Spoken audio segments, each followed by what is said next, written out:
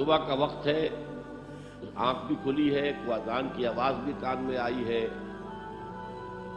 آپ کا نفس کہتا ہے ابھی سو جی۔ آپ نے اپنی چادر یا کمبل کو درست کیا اور کروٹ لیا سو گئے۔ یہ کیا ہے؟ آپ نے کس کا حکم پیچھے پھینکا اور کس کا حکم مانا؟ اللہ کے حکم کو پیچھے پھینک دیا، نفس کے حکم کو آگے رکھا۔ یہ شرک،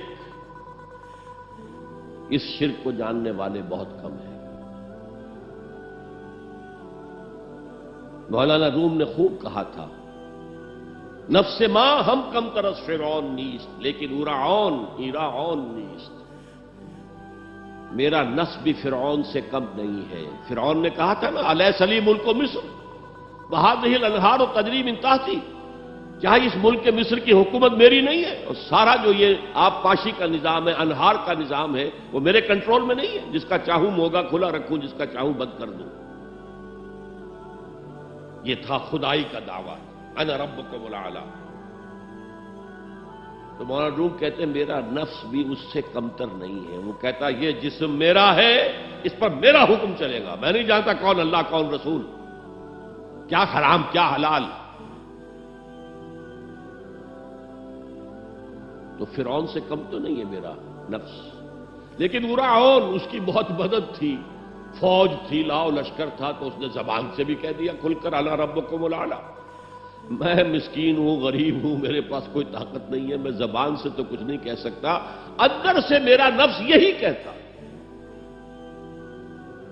یہ نفس کی حکومت قرآن کہتا ہے، میں حیران ہوتا ہوں۔ دو جگہ یہ مضمون آیا ہے، ارأیت من اتخذ الہہ ہواہ افانت تکون علیہ وکیلا۔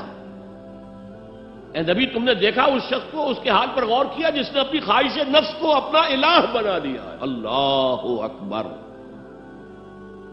الہ، لا الہ الا اللہ، کلمہ توحید کا مرکزی لفظ یہاں آ رہا ہے۔ من اتخذ الہہ ہواہ، جس نے اپنی خواہش نفس کو اپنا معبود بنا لیا، الہ بنا لیا۔ افانت تکون علیہ وکیلا، کیا آپ ایسے شخص کی کوئی ذمہ داری لے سکتے ہیں؟ سود حرام ہوا کرے جی، حرام ورام، ہمارا دھندا جو ہے وہ آگے بڑھ نہیں سکتا، تو اللہ کے حکم کو پیچھے ڈالا، نفس کے تقاضے کو آگے رکھا۔ کون معبود ہے آپ کا؟ نام عبداللہ رکھیے، نام عبد الرحمن رکھیے، ہے عبد النفس، نفس کے بندے، نفس کے غلام۔ یہ میں نے یوں سمجھئے کہ جیسے میں نے ہجرت اور جہاد کی ڈیفینیشنز کی تھی۔ ہجرت کا بیس کیا ہے؟ پوچھا گیا ایو الہجرت افضل ہو یا رسول اللہ، اے اللہ کے رسول بتائیے سب سے اعلیٰ ہجرت کون سی ہے، افضل؟ فرمایا ان تہجر ما کرہ ربک، ہر اس چیز کو چھوڑ دو جو تمہارے رب کو پسند نہیں۔ آج رات ہی سے آپ ہجرت شروع کر سکتے ہیں۔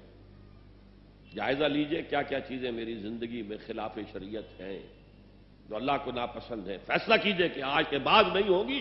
ہجرت شروع ہو گئی، افضل الہجرہ، سب سے افضل ہجرت شروع ہو گئی۔ لیکن ٹاپ پر لے جائیے تو یہ ہجرت جب اللہ کے دین کو قائم کرنے کی جدوجہد اس مرحلے پر آ جائے کہ اب باطل کے ساتھ ٹکراؤ ہے اور اب چاہیے کہ ساری قوت ایک مرکز پر جمع ہو جائے، ہجرت فرض کر دی گئی۔ وہ ہجرت گھر بار چھوڑ کر، اہل و عیال کو چھوڑ کر، اور مکے کے بھیڑیوں کے رحم و کرم پر چھوڑ کر اپنے گھر والوں کو، جو لوگ ہجرت کر کے آئے، حکم تھا۔ ہجرت مدینہ فرض تھی، ہجرت حبشہ فرض نہیں تھی، صرف اجازت تھی کہ جن سے سختیاں نہیں جھیلی جا رہی مزید وہ چلے جائیں۔ تو ہجرت کا یہ ابتدائی نقطہ، انتہا یہ جہاد، المجاہد من جاہد نفسہ، جہاد تو یہاں سے شروع ہو گیا، اپنے نفس کے خلاف جہاد کرنا۔ صبح نفس نے کہا ابھی سو جاؤ، آپ نے نفس کی بات کو رد کیا، اپنا کمبل اٹھا کے پھینکا، اٹھے، وضو کیا، نماز کے لیے آپ مسجد چل دیے، آپ نے جہاد کیا نفس کے خلاف۔ یہ افضل الجہاد ہے۔ اور سب سے چوٹی اوپر یہ ہے کہ جب وہ حق و باطل کی جنگ ہو تو جان ہتھیلی پر رکھ کر میدان میں حاضر ہو جاؤ۔ اسی طرح یہ جو شرک فی الاطاعت ہے، میں نے آپ کو اس کی ابتدا بھی بتا دی انفرادی سطح پر۔ افرأیت من اتخذ الہہ ہواہ افانت تکون علیہ وکیلا، کیا تم نے غور کیا اس شخص کی حالت پر جس نے اپنی خواہش نفس کو اپنا معبود بنا لیا، الہ بنا لیا، کہہ رہا ہے لا الہ الا اللہ، لا الہ الا اللہ، لیکن الہ تو اس کا نفس ہے۔ اب اس کو انتہا پر لے جائیے۔ عہد حاضر کا سب سے بڑا شرک عوامی حاکمیت کا تصور ہے۔ حاکم اللہ کے سوا کوئی نہیں، ان الحکم الا للہ۔ ظاہر بات ہے فرعون نے اگر دعویٰ کیا تھا میں تمہارا خدا ہوں، انا ربکم الاعلی، تو کیا اس کا مطلب یہ تھا کائنات میں نے پیدا کی ہے، تمہیں میں نے پیدا کی ہے؟ ذرا سوچئے۔ کیا وہ بزرگ موجود نہیں ہوں گے جنہوں نے اسے دیکھا ہو کہ آج اس کی ولادت ہوئی تھی، کل اس کی کوئی اور سیریمنی ہوئی